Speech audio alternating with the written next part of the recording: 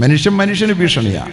13 മാസക്കാലമായി ഗസയിലെ പാവപ്പെട്ട ജനതയെ, ആയുധമില്ലാത്ത യാതൊന്നുമില്ലാത്ത ഒരു ജനതയെ അവരുടെ ഭൂമിയും അന്യാധീനപ്പെടുത്തി അത് കയ്യേറിയിട്ട് ഈ കുറഞ്ഞ കാലത്തിനിടയിൽ എത്രയാ 50,000-ലേറെ മനുഷ്യരെ കൊന്നു തീർത്തിട്ടും പകയടങ്ങാതെ ലോകം മുഴുവൻ ആവശ്യപ്പെട്ട ഒത്തുതീർപ്പ് ചർച്ചകളിൽ നിന്ന് പോലും ഒരു കിരാത രാഷ്ട്രം പുറകോട്ട് പോകുമ്പോൾ അവനെ ആ നിലപാടിൽ ഉറപ്പിച്ചു നിർത്താൻ അമേരിക്കയിലെ ട്രംപും ബൈഡനും പറഞ്ഞിട്ടും എനിക്ക് മനസ്സിലെന്ന് അവൻ പറയണേ. ഇത്രയും വലിയ പിശാചുക്കളെ അവൻ അറിവ് പഠിക്കാത്തതുകൊണ്ടാണോ, സയൻസ് ഇല്ലാത്തതുകൊണ്ടാണോ, ടെക്നോളജി ഇല്ലാത്തതുകൊണ്ടാണോ? ലോകത്തെ എല്ലാം ഉള്ളത് അവരുടെ കയ്യിലാണ്. പക്ഷെ മനുഷ്യന്റെ ചോരയ്ക്ക് വിലയേറിയാത്ത, മനുഷ്യന്റെ ജീവന്റെ മൂല്യമറിയാത്ത പിശാചുക്കളെ കൊണ്ട് ലോകം നിറയുകയാണ്. ഈ സമൂഹം ലോകത്തിന് സമ്മാനിക്കുന്നത് അതിന്റെ ആ സ്വാധീനങ്ങൾ, അതിന്റെ ഇമ്പാക്ട് നമ്മുടെ 3ാം ലോക രാഷ്ട്രങ്ങളിലേക്കും ഇന്ത്യയിലേക്കൊക്കെ കടന്നെത്തിയിരിക്കുക. ഇന്നലെയൊക്കെ നമ്മുടെ ഭരണാധികാരികൾ എന്ന് പറഞ്ഞാൽ രാജ്യത്തെ ജനങ്ങളുടെ നന്മയ്ക്ക് വേണ്ടി പ്രവർത്തിക്കുന്നവരായിരുന്നു. പഞ്ചവത്സര പദ്ധതികൾ ആവിഷ്കരിച്ച് ജനങ്ങൾക്ക് എന്ത് നന്മ ചെയ്യാമെന്ന് ചിന്തിക്കുന്നവരായിരുന്നു. ഇന്നുള്ള ജനങ്ങളെ തമ്മിലടിപ്പിച്ച് എങ്ങനെ കലാപം കൂട്ടി രക്തച്ചാലുകൾ സൃഷ്ടിച്ച് അധികാര കസേര ഉറപ്പിക്കാം എന്ന് ചിന്തിക്കുന്ന സാമ്രാജ്യത്വ ശക്തികൾ കേവല ഭൗതിക വിദ്യാഭ്യാസം, ആറ്റമിക് എനർജിയുടെ അനന്തമായ സാധ്യതകളെ പഠിച്ചറിഞ്ഞ് ആറ്റത്തെ പിളർന്നിട്ട് അതിൽ നിന്ന് ആദ്യമായി ആറ്റം ബോംബുണ്ടാക്കി ഹിരോഷിമയിലും നാഗസാക്കിയിലും കൊണ്ടുപോയി അത് വലിച്ചെറിഞ്ഞിട്ട് ഏതാനും ചില മണിക്കൂറുകൾ കൊണ്ട് 3 ലക്ഷം പേരെ യമപുരിക്ക് അയച്ച കാലന്മാർ ലോകം ഭരിക്കും കാലം അല്ലേ? അവരുടെ സംസ്കാരം ഇസ്രയേലിലൂടെ കടന്നു വന്നപ്പോ നമ്മൾ കാണുന്ന ദുരന്തം. അവർ രണ്ടുപേരുമായി കൈകോർത്ത ഭരണകർത്താക്കൾ ഇന്ത്യയിൽ വന്നപ്പോ നമ്മുടെ രാജ്യത്ത് ഇന്ന് വരെ കണ്ടിട്ടും കേട്ടിട്ടുമില്ലാത്ത ദുരന്തകാലം നമ്മുടെ രാജ്യവും അനുഭവിക്കുകയാണ്. അതുകൊണ്ട് ഇതൊക്കെ നമ്മുടെ സമൂഹത്തെ വല്ലാതെ സ്വാധീനിച്ച് മനുഷ്യത്വം ചോർന്നുപോയി. മനുഷ്യൻ സ്നേഹം കൊണ്ട് ഈ ലോകത്ത് മനുഷ്യൻ എന്ന് പറഞ്ഞാൽ ഇണങ്ങുന്നവനാ. ഉമാ സുമ്മിയൽ ഇൻസാനു ഇല്ലാ ലി ഉൻസിഹി വലൽ ഖൽബു ഇല്ലാ അന്നഹു യതഖല്ലബു വമാ സുമ്മിയൽ ഇൻസാനു ഇല്ലാ ലി ഉൻസിഹി. മനുഷ്യനെ മനുഷ്യനെന്ന് പറഞ്ഞത് തന്നെ അവന് ഉൻസുള്ളത് കൊണ്ടാണ്. ഇൻസിനെ ഇൻസെന്ന് വിളിച്ചത് ഉൻസുള്ളത് കൊണ്ടാണ്. മനുഷ്യനായത് ഇണക്കമുള്ളത് കൊണ്ടാണ്.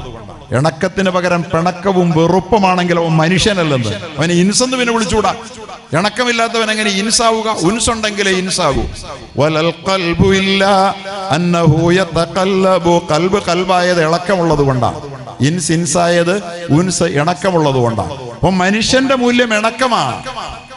ലോകത്ത് ഇണക്കമുള്ളവരാണോ ഇന്ന് അമേരിക്ക നിയന്ത്രിക്കുന്നത്? ഇന്ന് ഇസ്രയേലിൽ കാണുന്ന ഇണക്കമുള്ള മനുഷ്യരെയാണോ? ഇന്ന് ഇന്ത്യയിൽ കാണുന്നത് ഇണക്കമുള്ള മനുഷ്യരെയാണോ? ഇണക്കം പോയാൽ മനുഷ്യനില്ലാതാവുകയാണ്, പിന്നെ ഇരുകാലി മൃഗങ്ങളാവുകയാണ്. ഈ അധപ്പതനത്തിന്റെ പരിഹാരം അള്ളാഹുവിന്റെ ഖുർആനാണ്. അള്ളാഹു പരിശുദ്ധ ഖുർആനില് എല്ലാ ജുമയിലും ഓതണമെന്ന് പറഞ്ഞ് വേറൊരു സൂറത്തുണ്ട്, സൂറത്തുൽ ജുമ ഉണ്ട്. ആ സൂറത്തില് ഒരു കാര്യം പറയുന്നുണ്ട്.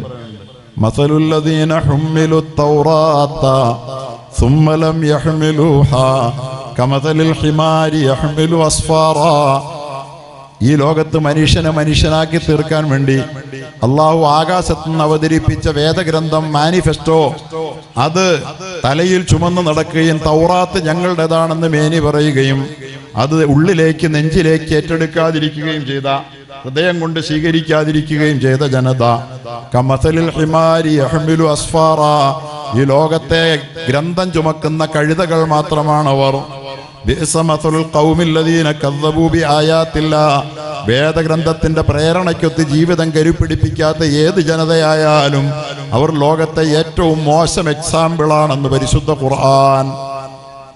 യഹൂദികൾ തൗറാത്ത് വലിച്ചെറിഞ്ഞപ്പോൾ ലോകത്തെ ഏറ്റവും മോശം എക്സാമ്പിൾ, ക്രൂരതയുടെ പര്യായങ്ങൾ. അമേരിക്കക്കാരൻ ബൈബിള് വലിച്ചെറിഞ്ഞപ്പോൾ, ഇഞ്ചീൽ വലിച്ചെറിഞ്ഞപ്പോൾ ലോകത്തെ ഏറ്റവും വലിയ ഭീകരന്മാർ. ഇസ്ലാമിക സമൂഹം അള്ളാഹുവിന്റെ ഖുർആൻ വലിച്ചെറിഞ്ഞാൽ എന്റെയും നിങ്ങളുടെയും മക്കൾ നാളെ വീടുകളിൽ ലോക ഭീകരന്മാരായി മാറും. അപ്പനെ അറിയാത്ത, അമ്മയെ അറിയാത്ത, ഇപ്പൊ തന്നെ അതായി കഴിഞ്ഞിട്ടുണ്ട്, സംശയമൊന്നും വേണ്ട.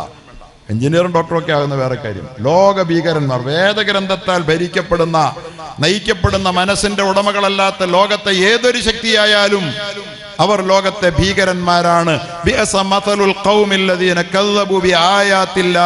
ദൈവിക ഗ്രന്ഥത്താൽ സ്വാധീനിക്കപ്പെടാത്ത, അതിനെ വലിച്ചെറിഞ്ഞ് അവഗണിച്ച ഏതൊരു സമൂഹവും ലോകത്തെ ഏറ്റവും വഴിസ്റ്റ് എക്സാമ്പിളാണ്, ഏറ്റവും മോശം മാതൃകയാണ്. അങ്ങനെ ആയിക്കൊണ്ടിരിക്കുക. ഇന്ത്യയിൽ മാറുന്നു, അത് ഇസ്രയേലിൽ മാറി, അമേരിക്ക മാറി, നമ്മുടെ വീടുകളും മാറാതിരിക്കണമെങ്കിൽ അള്ളാഹുവിൻ്റെ ഈ ഗ്രന്ഥത്തെ നെഞ്ചോട് ചേർത്ത് പിടിച്ചോ. ഇന്ന് അമേരിക്കക്കാരനാണ് ഖുർആൻ പഠിക്കാൻ വേണ്ടിയിട്ട് ഏറ്റവും കൂടുതൽ ബന്ധപ്പെടുന്നത്. യൂറോപ്പിലാണ് ഖുർആൻ പഠനത്തിന് വേണ്ടിയിട്ടുള്ള ഏറ്റവും വലിയ ശ്രമങ്ങൾ നടന്നുകൊണ്ടിരിക്കുന്നത്. ഞാൻ എറണാകുളത്ത് എൻ്റെ മഹലിൽ അമേരിക്കയിലെ ഒരു വലിയ ലക്ഷക്കണക്കിന് തൊഴിലാളികളുടെ കമ്പനിയുടെ വലിയ പോസ്റ്റിലിരിക്കുന്ന CEO മാത്രമേ മുകളിലുള്ളൂ. അദ്ദേഹം അവിടെ ജോലി ചെയ്യുക, വിത്ത് ഫാമിലി കുടുംബമായിട്ട് താമസിക്കുക. മകനെ ഹിഫ്ള് പഠിപ്പിക്കാൻ വേണ്ടി അദ്ദേഹം ടെക്സാസിൽ നിന്ന് അദ്ദേഹം കാലിഫോർണിയയിലേക്ക് അദ്ദേഹം ജീവിതം തന്നെ, അദ്ദേഹത്തിൻ്റെ വീട് തന്നെ പറിച്ചു നട്ടു. അവിടെ അദ്ദേഹം ആ മകൻ ഹാഫിളായി. അവിടുത്തെ എപ്പിക് മസ്ജിദിൽ എന്നിട്ട് അവൻ ഇമാമായി നിന്നു. ആ പയ്യന് ഞങ്ങളുടെ നാട്ടിൽ വെച്ചൊരു സ്വീകരണം കൊടുത്തു. ഹാഫിളാകാൻ വേണ്ടി അമേരിക്കയിൽ താമസിക്കുന്ന മാതാപിതാക്കൾ അവരുടെ താമസം പോലും ഒരു സ്റ്റേറ്റിൽ നിന്ന് മറ്റൊരു സ്റ്റേറ്റിലേക്ക് മാറ്റിക്കൊണ്ടിരിക്കുക. അമേരിക്കയിൽ നടക്കുന്ന മാറ്റമാണ്. ഇന്ന് നമ്മുടെ വീട്ടിൻ്റെ മുക്കത്ത് മൂക്കിൻ്റെ താഴെ അള്ളാഹുവിൻ്റെ ഖുർആൻ പഠിപ്പിക്കപ്പെടുന്ന സ്ഥാപനം ഉണ്ടെങ്കിൽ അവിടെ മക്കളെ പറഞ്ഞുവിടാൻ മടിക്കുന്ന രക്ഷകർത്താക്കളാണ്. എന്താണ് തിരിച്ചു കിട്ടിക്കൊണ്ടിരിക്കുന്നത് ഞാൻ എൻ്റെ മുമ്പിലിരിക്കുന്ന രക്ഷകർത്താക്കളോട് ചോദിക്കുന്നില്ല. നമ്മുടെ മക്കളെക്കുറിച്ച് തൃപ്തരായി ഏതെങ്കിലും രക്ഷകർത്താവ് എൻ്റെ മുമ്പിലുണ്ടാവുമോ? ഒരു ടീനേജ് പ്രായം തുടങ്ങി ഏതെങ്കിലും മക്കളെക്കുറിച്ച് ഓക്കെ എൻ്റെ മോൻ എന്ന് പറയാൻ പറ്റുന്ന എത്ര പേരുണ്ടാകുമെന്ന് നമ്മൾ ഓരോരുത്തർ ആലോചിക്കണം. അതുകൊണ്ട് എൻ്റെ പ്രിയപ്പെട്ട സഹോദരങ്ങളെ, ഇത്തരം സ്ഥാപനങ്ങളെ യഥാർത്ഥത്തിൽ ഇവിടെ സ്ഥാപിച്ച് നടത്തുകയും നിലനിർത്തുകയും ചെയ്യുന്നതിന്, അതിന് മണ്ണൊരുക്കുന്നതിന്, അതിന് പശ്ചാത്തലം ഒരുക്കുന്നതിന് വേണ്ടി അള്ളാഹുവിൻ്റെ റസൂൽ ഈ ലോകത്ത് സ്ഥാപിച്ച അതിമഹത്തായ ഒരു പൊതു സംരംഭത്തിൻ്റെ പേരാണ് വഖഫ് എന്ന് പറയുന്നത്. ആ വഖഫ് അതിൻ്റെ മുഴുവൻ പവിത്രതയോടും കൂടി ഈ ലോകത്ത് കാത്തു സൂക്ഷിച്ചില്ലെങ്കിൽ മനുഷ്യൻ മൃഗമായി മാറും. പരസ്പരം കുത്തിക്കീറും, കടിച്ചു കീറും. അവൻ കടിച്ചു കീറായി എന്നവർക്കറിയൂ. നിങ്ങൾക്ക് സംശയമൊന്നും വേണ്ട. അമേരിക്കയിലെ മക്കൾക്ക് നിങ്ങൾക്കറിയോ, അമേരിക്കയിലെ മക്കൾ ഇന്ന് ജീവിക്കുന്നത് അവരുടെ സുരക്ഷിതത്വം ഓരോരുത്തൻ്റെ കയ്യിൽ തോക്കുണ്ടെന്നുള്ളതിൻ്റെ സുരക്ഷിതമാണ്. എല്ലാ മക്കളുടെ കയ്യിലും തോക്കുണ്ട്. തോക്കില്ലാതെ ഒരു നിമിഷം പുറത്തു പോകാനോ ധൈര്യമില്ല. ഇസ്രയേലിൽ നിങ്ങൾ കണ്ടോ ഈ അടുത്ത കാലത്ത് വീഡിയോയിലൂടെ ആണും പെണ്ണും എല്ലാം പുറത്ത് തോക്ക് തൂക്കിയിട്ടാണ് നടക്കണേ. എന്ന് പറഞ്ഞാൽ സ്വന്തം നാട്ടിലെ ജനങ്ങളെ കുറിച്ച് കയ്യിൽ തോക്കില്ലെങ്കിൽ വിശ്വാസമില്ല. അത്തരം ഭീകരന്മാരാണ് സ്വന്തം നാട്ടിലെ ജനതയെന്ന് ഇപ്പൊ കണ്ടില്ലേ. കാലിഫോർണിയയിൽ മാസങ്ങളെ 10 ദിവസത്തോളമായി ലോകത്തെ മുഴുവൻ കത്തിക്കാൻ വേണ്ടിയിട്ടുള്ള ആയുധങ്ങൾ മുഴുവൻ ഫാക്ടറികൾ ഉൽപ്പാദിപ്പിച്ചുകൊണ്ട് കത്തിക്കാനുള്ള സംവിധാനം മുഴുവൻ ഉണ്ടാക്കിയവൻ അണയ്ക്കാനുള്ള ഒരന്ത്രം ഇതുവരെ കണ്ടുപിടിച്ചില്ല. കത്തിക്കാനുള്ള എല്ലാ യന്ത്രവും കയ്യിലുണ്ട്, ലോകം മുഴുവൻ കത്തിക്കാൻ. പക്ഷെ അണയ്ക്കാനുള്ള യന്ത്രം മാത്രം അവനില്ല. ഇതല്ലേ മൃഗീയത എന്ന് പറയുന്ന മനുഷ്യത്വം? ഇതാണോ? കത്തിക്കാനുള്ള യന്ത്രം കണ്ടുപിടിക്കുന്നതിന് മുമ്പേ അണയ്ക്കാനുള്ള യന്ത്രമല്ലേ മനുഷ്യനാണ് കണ്ടുപിടിക്കേണ്ടത്. പക്ഷെ അണയ്ക്കാനുള്ള യന്ത്രം ഇവന്റെ കയ്യിലില്ലായിരുന്നു എന്ന് തെളിയിക്കാൻ വേണ്ടിയിട്ട് അല്ലാഹു തആല ഇങ്ങനെ കത്തിച്ചുകൊണ്ടിരിക്കണേ. ഇവന് കത്തിക്കാനേ അറിയൂ, ഇവൻ അണയ്ക്കാൻ അറിയില്ല. കത്തിക്കാൻ നടക്കുന്ന മനുഷ്യനാണോ?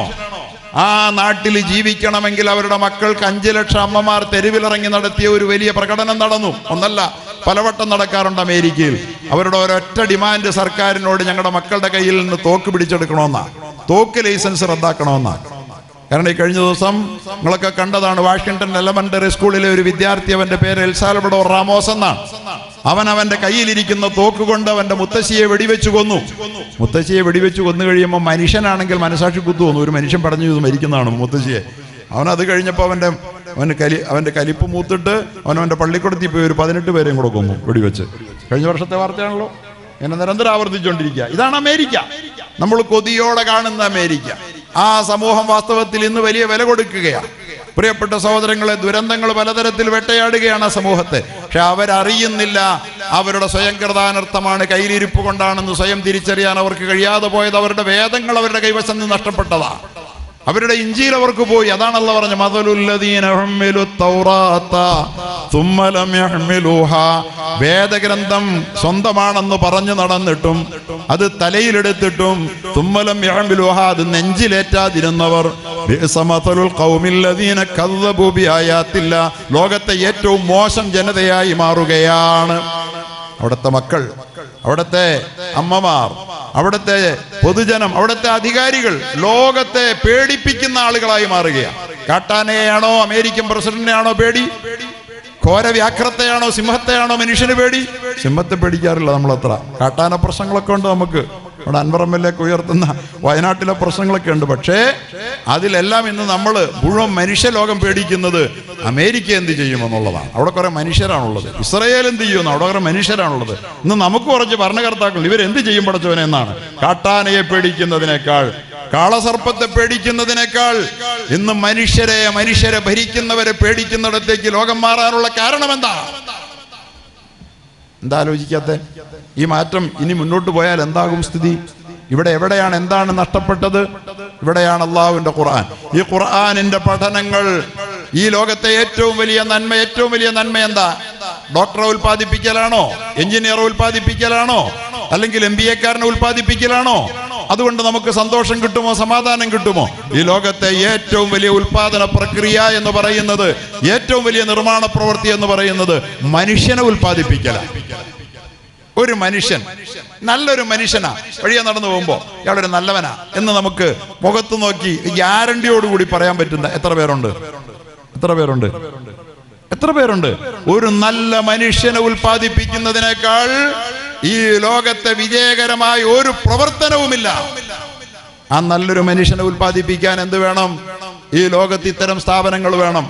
ഇത്തരം സ്ഥാപനങ്ങൾ ഉണ്ടാകണമെങ്കിൽ എന്ത് വേണം? വളരെ വിശാലമായ അർത്ഥത്തിലുള്ള ദാനധർമ്മങ്ങൾ ചെയ്യാനുള്ള മനസ്സ് വേണം. മനുഷ്യനെ മനുഷ്യനാക്കി തീർക്കുക എന്നതാണ് ലോകത്തെ ജീവിതത്തിന്റെ വലിയ ലക്ഷ്യം. മനുഷ്യരെ കൊണ്ടാണ് ഈ ലോകത്ത് നന്മയുണ്ടാകുന്നത്. ഈ ലോകത്ത് നന്മ നിറയ്ക്കുന്ന മനുഷ്യർക്കാണ് നാളെ പരലോകത്ത് സ്വർഗലോകം. സലാമുൻ ഖൗലൻ മിർ റബ്ബിർ റഹീം.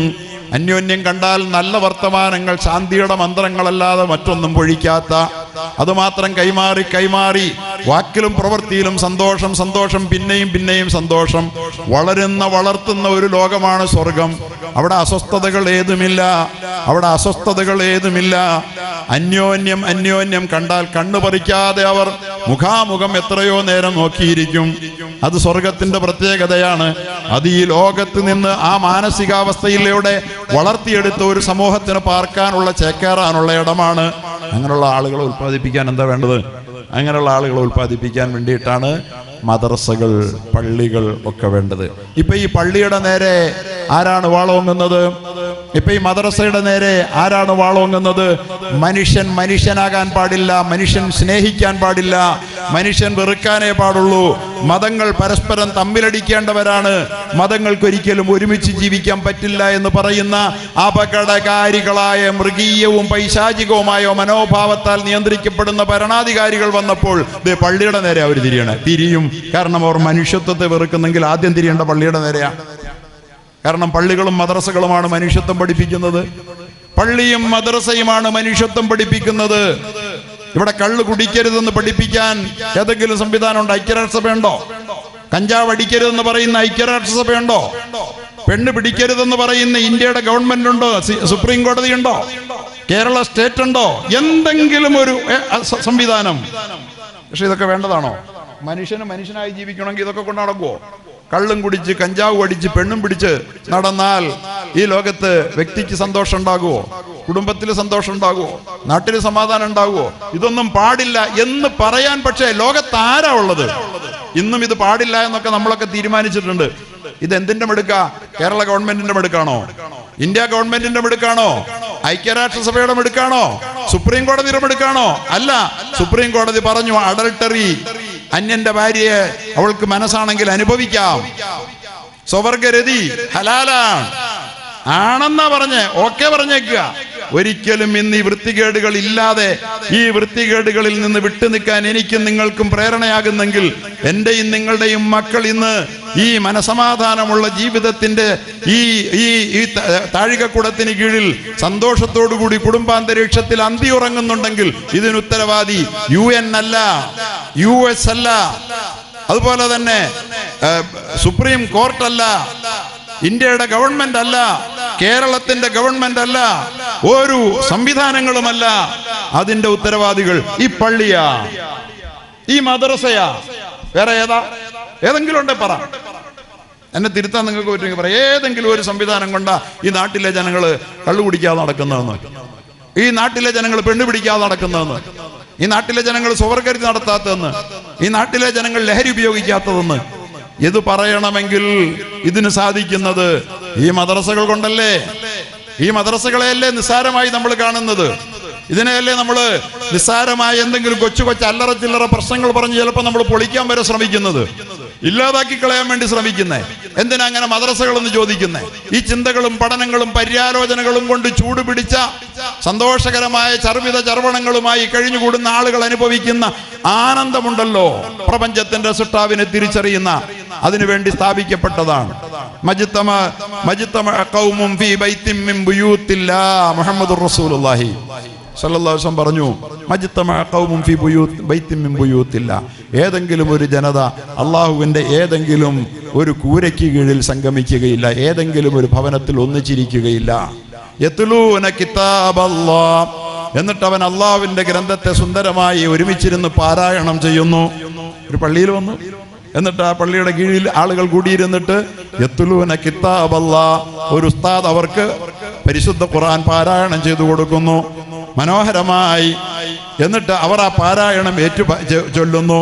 യത്ലൂന കിതാബല്ലാഹി വയതദാറസൂനഹു ബൈനഹും, എന്നിട്ട് അവരതിൻ്റെ അർത്ഥത്തെക്കുറിച്ച് അവർ ഉരുക്കഴിച്ച് ചർവണം നടത്തുന്നു.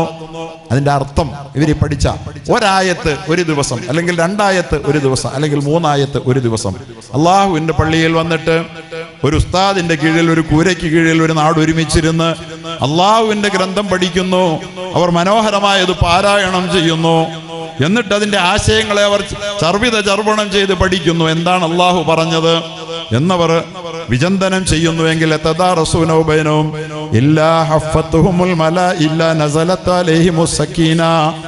അള്ളാഹു അവർക്ക് കൊടുക്കുന്ന ആദ്യം എന്താണെന്നറിയാവോ? അവർക്ക് അള്ളാഹു തആല സമാധാനം കൊടുക്കും. അസ്വസ്ഥമായ അന്തരീക്ഷത്തിൽ നിന്ന് പ്രയാസം അനുഭവിച്ചുകൊണ്ട് കയറി വന്ന ഒരുപാട് ആളുകളോട് പക്ഷേ സമാധാനം, ടെൻഷൻ ഫ്രീ ആക്കി കളയും അള്ളാഹു അവരെ. ഖുർആൻ പഠിക്കുകയും ഖുർആൻ പാരായണം ചെയ്യുകയും പഠിക്കുകയും ചെയ്യാൻ വേണ്ടി ഒരു പള്ളിയിൽ, ഒരു സ്ഥാപനത്തിൽ നമ്മൾ ഒരുമിച്ചിരുന്നാൽ അള്ളാഹു അതിനാദ്യം നൽകുന്ന ഓഫർ എന്താണെന്നറിയോ? Tension free. ആധുനിക ലോകത്തെ ഏറ്റവും വലിയ പ്രശ്നം ടെൻഷനാണ്. ഖുർആൻ പഠിക്കുന്നവർക്ക് ടെൻഷൻ ഇല്ല.